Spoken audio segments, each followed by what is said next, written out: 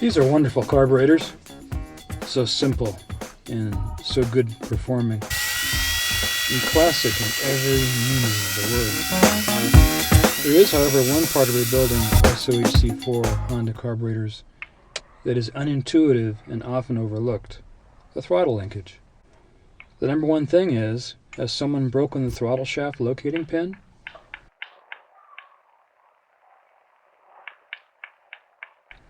This set has the later pressed-in pin, while earlier carburetors have a removable cover plate that hides an actual screw.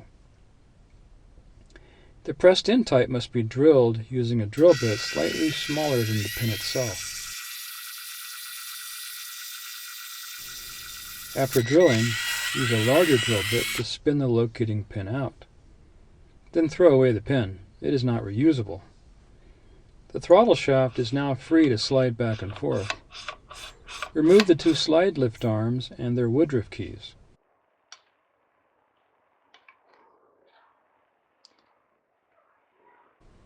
Then remove each piece of the throttle linkage, laying the parts in order as shown.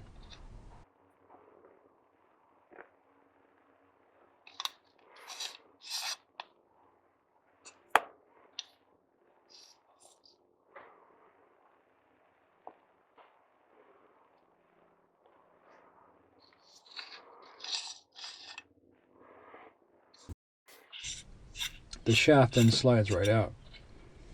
Inspect the study plate for cracks, rough handling, or modifications. Then inspect the shaft. Is it bent?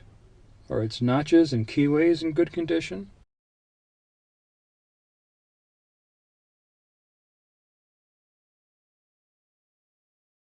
Drill the study plate for the tap you will use to accept a screw. The screw will replace the factory locating pin. It will need to be necked down on a lathe or a drill press. Test your screw in the newly made threads, and after repairing or replating the linkage, lay the parts out in order of assembly. Have your modified screw and the woodruff keys handy. Be sure your shaft is in good condition, and if replated, make sure the other parts still mate to it properly.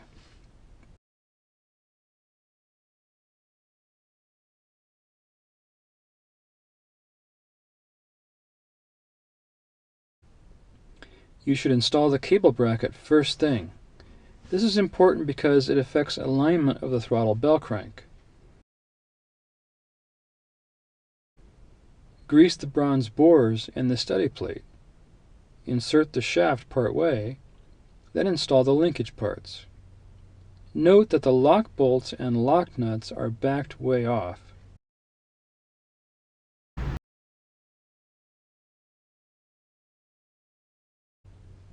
Also observe the correct orientation of the throttle bell crank's damping spring. And don't forget the two plastic washers, one on each side of the throttle bell crank.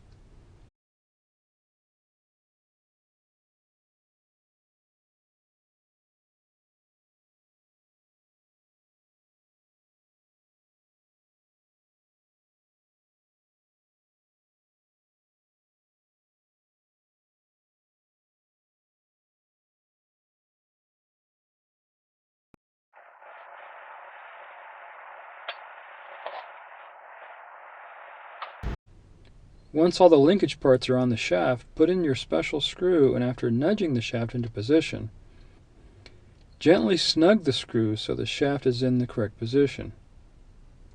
Now slide the right side locking bush into place over its notch in the shaft, and gently snug the bolt. The bell crank must contact its stopping screw exactly on center with the screw. This is very critical. A bell crank that is off-center with the stop screw can make the carburetors stick wide open. At the same time, check to make sure the bell crank lines up with the cable bracket. Install the two woodruff keys and the slide lift arms.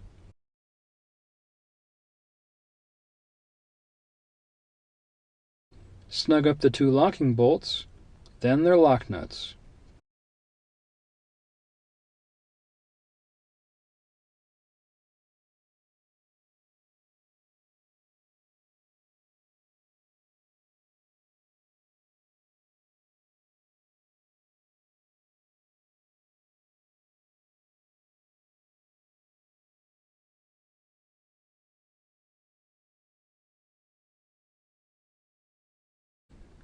The lift arm should have the same clearance to the steady plate on both sides.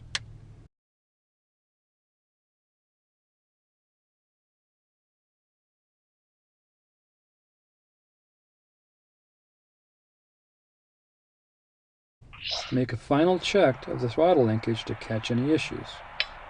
You now have correctly set up throttle linkage.